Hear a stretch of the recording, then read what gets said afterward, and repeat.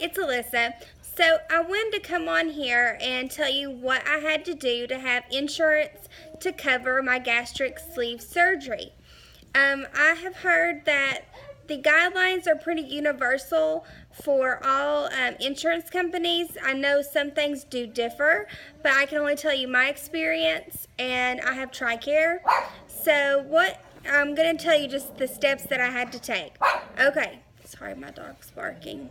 I actually work in the office with the weight loss clinic. We have two clinics that are right next to each other, and we're in the same office building. So I learned about this gastric surgery through my coworkers. And I would say the first thing that you need to do is you need to find a credible bariatric surgeon. Mine is fantastic. He went to Yale. I am so excited to work with him. He's amazing. So please find a good doctor. Do your research and look at reviews and just find a good doctor. Secondly, make your first consultation visit. Make it your appointment, and at that appointment, write down any questions that you have. But my doctor went over everything. He explained the sleeve surgery and why he thought that would be the best one for me. He explained the risk. He explained how much everything's going to change with my whole way I eat and how I do things after my surgery.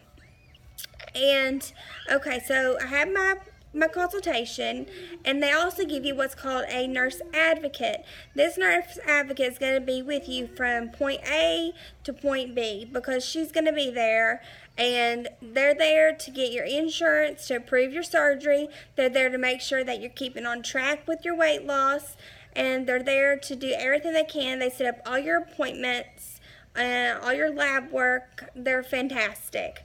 Mine's amazing. She's great. Anyway, okay, so I meet with the doctor as my consultation, and then secondly is I had to have 3 months worth of weight loss visits.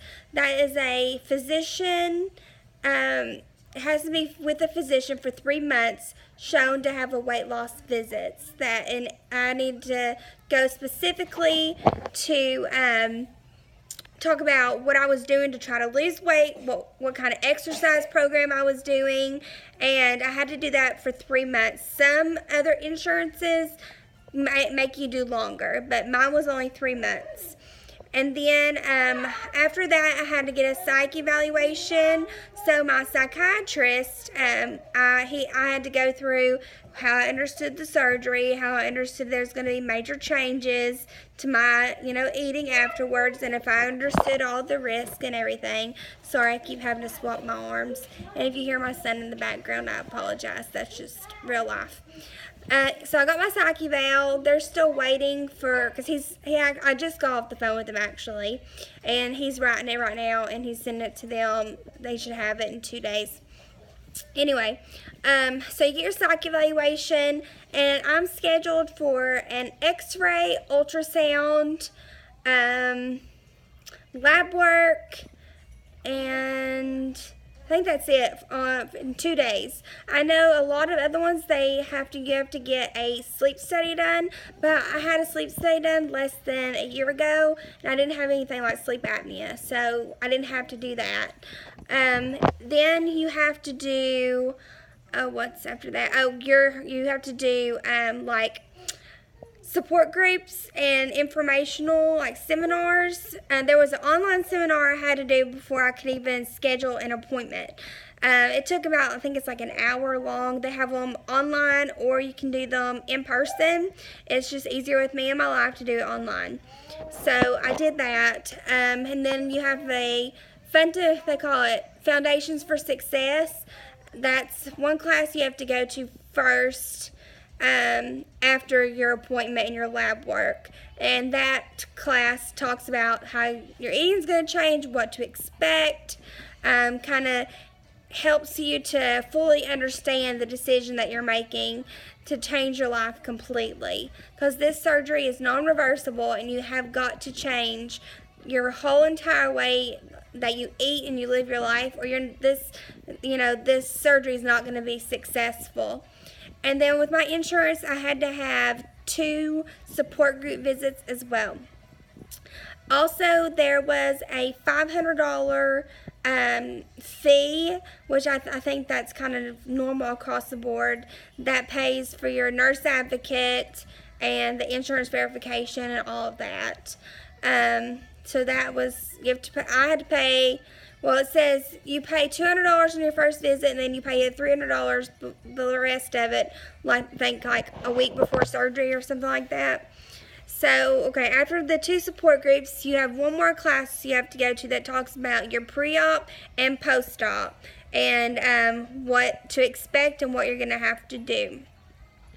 So there's that, and then after surgery, you have to come back. I think it's like the first week, then week 1 month, then 3 months, 6 months, 9 months, 12 months, and then yearly after that. But I'm going to bring you all along with my journey. I decided to put it out there, and because I've shared everything else with y'all, I just feel like y'all are family, and why not? I know I'm not going to broadcast it all over my Facebook or anything, but I'm not going to lie about it.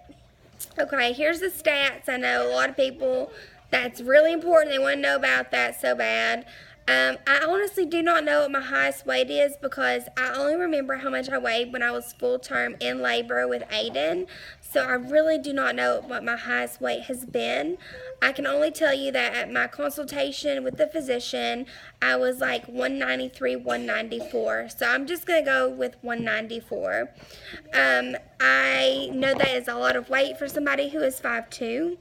I'm very conscious that I'm chunky, and I got a lot of weight to lose, and I'm really looking forward to the surgery, changing my life, and getting me back to the size that I used to be before endometriosis medications made me gain 50 pounds, and I haven't ever been able to lose it. I mean, I worked out all the time, changed my diet drastically, and I never could get lower than like 184, and that was me like killing myself. Sorry. And for somebody who's 5'2", I think they say your healthy weight's like between 120 and 140. So I have a lot of weight to lose, and I really think this sleeve's going to be so good for me. And the doctor agrees. I'm hoping I'll be able to get off off my medications, because with TRICARE, you have to have a minimum BMI of 35 before they will even consider you able to even have the surgery, and you have to have a serious medical issue. Like, I'm 35.2 BMI with hypertension, and I'm on high blood pressure medication, so that qualifies me. But if you don't have those qualifications, like you have to have some serious medical illness that's due to your weight before you can get your surgery under 40 BMI. If you're 40 BMI, you do not have to have any serious health issues. You can get it done. But here, I think I pretty much gave you the standard steps that you're going to have to take to get your insurance to cover your surgery. If you have any questions, please just leave them in the comments below, or you can email me. I will bring you all along on this entire journey. I plan on making lots of videos, answering lots of questions, kind of just showing you all my experience, and we'll see how this goes. But I'll see you in the next video. Thank you so much for watching. I hope you subscribe. Thanks. Bye.